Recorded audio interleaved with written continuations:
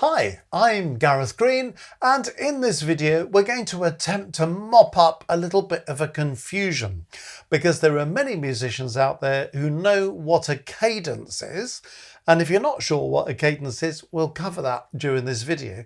But we get a little bit confused about what we call cadences. So for example, you can see in the UK we call one of these cadences a perfect cadence, but if you live in the States, you'll call it an authentic cadence. So I have many an encounter with our brothers and sisters in the States saying, what are you talking about when you're talking about a perfect cadence? Well, I'm talking about an authentic cadence. So just thinking about this, not an exhaustive list, but thinking about the UK terms for these things, also thinking about the US term, but touching base with Italy, France and Germany as well. So if you're listening to this from somewhere else, you've got half an idea that if you can pick up on at least one of these languages or one of these musical traditions, you'll know what we're talking about. So what is this first cadence I'm talking about? You'll know it as a perfect cadence in the UK, an authentic cadence in the US, cadenza perfetta if you're Italian,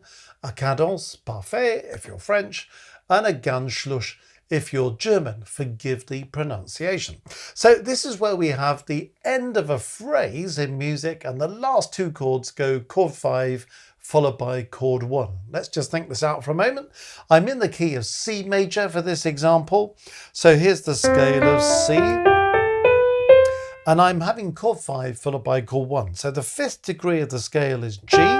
1, 2, 3, 4, 5. If I put a chord on G, I get a G, B, D chord, and that's chord 5. Chord 1 will be a C, E, G chord, because on the fifth degree of the scale, I'm building a chord with a root, that's G, a third above it, and a fifth above it. Then when I come to chord 1, I'm taking C, the first note of the scale, putting a third and a fifth above that. So I've got chord 5 followed by chord 1. And I can organize that into more than 3 parts. I can have 4 parts, 5 parts, whatever. But if I do this, 5, 1, 5, 1, 5, 1. They're all examples of what we in the UK call perfect cadences, but you might know it as an authentic cadence, or a cadenza perfetta, or a cadence parfait, or a Ganzschluss, depending on where you come from. So this is just mopping up the terminology. Okay, what's the thing that we in the UK know as a plagal cadence? Well, it's when you go chord 4 followed by chord 1. So chord 4, chord 1, chord 4, chord 1, chord 4, chord 1. That's a plagal cadence, which has the same name in the States. In Italy, you're very close to this, cadenza plagale. So you can kind of get that, can't you? The French know it as cadence plagale. And the Germans know it as plagale cadence. So it kind of, everybody's got this plagal in there. So this in a way is the least confusing cadence when you have 4 to 1. Let's move on to the next one. We in the UK call the next one the imperfect cadence.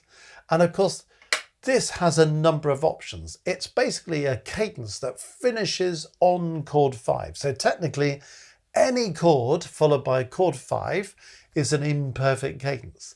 In reality, it tends to be 1 to 5, or 2 to 5, or 4 to 5. We know that in the UK as an imperfect cadence. In the States, you know that as a half cadence. In Italy, a cadenza sospesa. In France, a Demi-Cadence. In Germany, it's a Halbschluss. So you've got these different names for that. That's the imperfect cadence. Basically anything followed by chord 5, but normally 1 to 5, 2 to 5, or 4 to 5. And then the last of the 4 main cadences we're going to talk about here, 5 followed by 6. So here's chord 5, followed by chord 6, 5, 6. That's an interrupted cadence for us in the UK.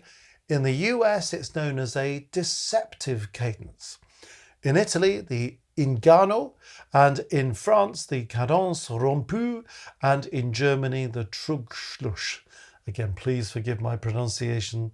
It's maybe completely wrong, but it's just good to know that if I'm talking about an interrupted cadence, you can listen to it and say, ah, he's talking about one of these things, just so we don't get into any confusion about different languages with all of this stuff. So cadences, it's kind of musical punctuation. We get to the end of a phrase, we put these two chords down that kind of give us the punctuation at the end of the phrase. So I always think about 5-1 as a kind of musical full stop.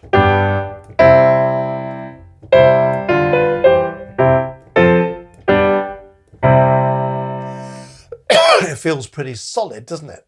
4-1 is another kind of musical full stop. Some people call it the Amen cadence.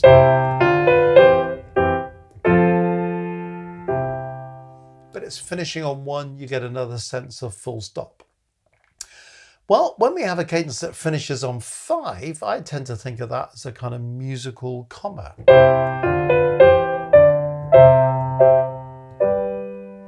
At the end of something, but it's not the end, is it? You couldn't just pack up and go home. You've got to go on to something else. So it feels a bit more like a musical comma.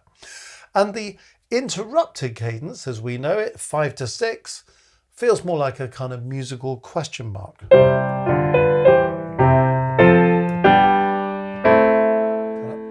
we're not expecting that quite. Maybe we're expecting. That would have been a perfect cadence. This one's an interrupted cadence, so it's kind of feeling like a musical question mark. So it's one way of thinking about these cadences. 5-1, 4-1 feel like full stops. Something to 5 feels like a musical comma. 5-6 sounds like a musical question mark. So there we are. One way of thinking about it, one way of hearing cadences, and mainly just to be able to have it on the page as to what the names are in different countries. So if you're coming to this from elsewhere, at least you've got some way of thinking, ah, that's what one of those is. When he's talking about a perfect cadence, that's the thing we know as this. So I hope that's helpful in dealing with terminology. Well, if you've enjoyed this video, let me invite you to the Music Matters website, www.mmcourses.co.uk. Lots of people are very interested in the Music Matters theme tune, and lots of people have said, oh, I'd like to be able to play that. Well, guess what? We have it available for you in nearly every instrument there is, and you can have it for piano, or you can have it for a solo instrument with piano accompaniment. There's a version with your part and the piano recorded that you can hear. There's a version with the piano on its own, so you can play along to it. And it's the whole Music Matters theme. So if you go onto the Music Matters website and click on merch, you will be able to find the Music Matters theme. Well, what fun it would be to be able to play that for yourself. Lots of other stuff there on the merch part of the site as well. If you want a Music Matters t-shirt or a Music Matters mug or a Music Matters music bag, lots of things there that you might think, oh, that'd be rather nice to have, or a rather nice gift for a musical friend for birthdays, Christmases, etc., etc. Lots of other stuff on the Music Matters website, so have a look at that while you're there. www.mmcourses.co.uk.